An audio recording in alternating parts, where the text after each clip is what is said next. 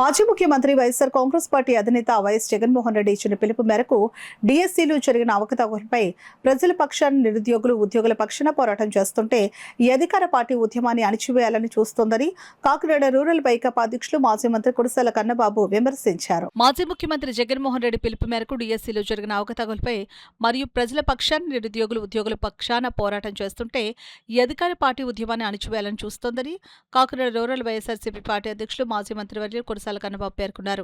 కాకినాడ జిల్లా కాకినాడ రూరల్ నియోజకవర్గం వైఎస్ఆర్ కాంగ్రెస్ పార్టీ జగన్మోహన్ రెడ్డి పిలుపు మేరకు డిఎస్సీలో జరిగిన అక్రమాలపై నిరసనగా చేపట్టిన ర్యాలీ విజయవంతమైంది. ముందుగా rural CI Srikanth Reddy YSR Congress party convener కన్నబాబుతో మాట్లాడి ర్యాలీని ఆపాలని చూశారు.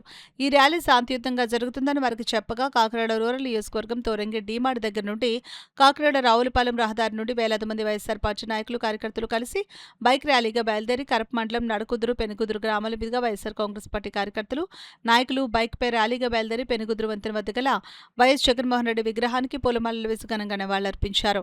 అనంతరం కరప గ్రామంలో మెయిన్ రోడ్ మీదుగా ర్యాలీగా వచ్చి కరప ప్రాథమిక ఆరోగ్య కేంద్రం వరకు ర్యాలీ నిర్వహించారు. అనంతరం నాయకులు కార్యకర్తలు కలిసి బాబు జగజ్జీవన్రావు, YS Rajasekhara Reddy, Jyotirao Phule, doctor BR Ambedkar విగ్రహానికి వైఎస్ఆర్సీపీ రూరల్ నియోజకవర్గ ఇన్ఛార్జ్ కురిసాల కన్నబాబు పూలమాల వేసి ఘనంగా నివాళులర్పించారు.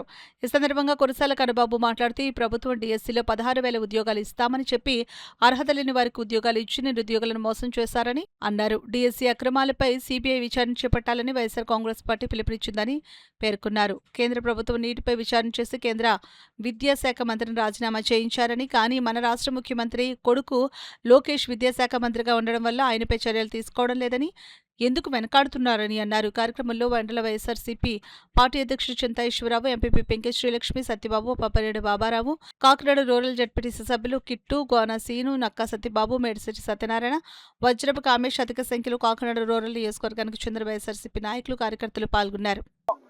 జూడో అసోసియేషన్ అంట. ఈ జూడో అసోసియేషన్ ప్రెసిడెంట్ ఎవడు?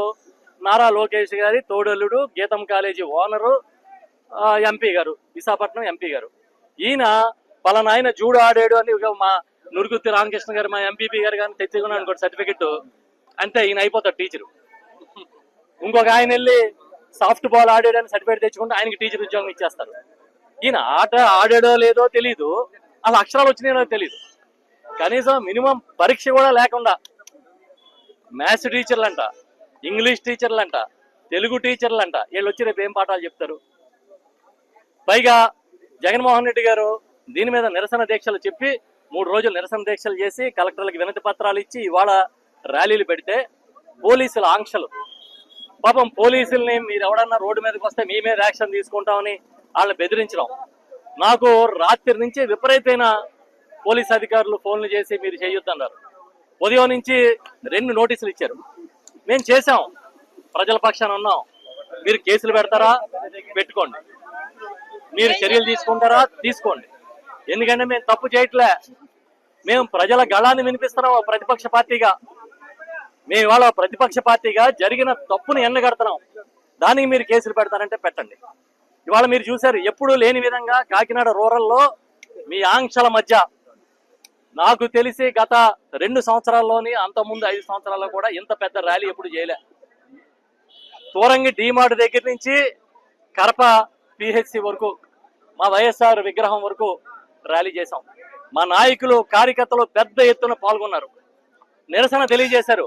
లోకేష్ గారు మీరు రాజీనామా చేయాల్సిందే అని నినదించారు, మీరు దీన్ని సిబిఐ విచారణకు ఇవ్వాల్సిందే అని నినదించారు. ఇప్పటికైనా మీరు తప్పు చేయలేదని నిరూపించుకోవాలంటే సిబిఐ విచారణకు ఆదేశించండి, లోకేష్ గారిని రాజీనామా చేయమనండి. మీ పుత్రవాత్సల్యం ఉంటే ఆ సిబిఐ విచారణలో ఈయనేమీ తప్పు చేయలేదని వస్తే మళ్ళీ మంత్రి పదవి ఇవ్వండి. ఈయన ఏదో షాడో ముఖ్యమంత్రిగా పనిచేస్తా ఉన్నాడు లోకేష్ గారు. లోపల క్యాబినెట్ ఏమో చంద్రబాబు పెడితే ఈయన బయట మంత్రుల మీటింగ్ పెడతాడు, వాళ్ళకి టీలు ఇచ్చి ఏం మాట్లాడాలో చెప్పి లోపల పంపిస్తాడు. ఏం జరుగుతుంది ఈ రాష్ట్రంలోనే మేము అడుగుతున్నాం. ఈ రాష్ట్రంలో ప్రజాస్వామ్యం నడుస్తుందా? నోరెత్తితే తప్పుడు కేసులు, తప్పుడు ఎఫ్ఐఆర్లు, ఎక్కడ తీసుకెళ్తారు ఈ రాష్ట్రాన్ని?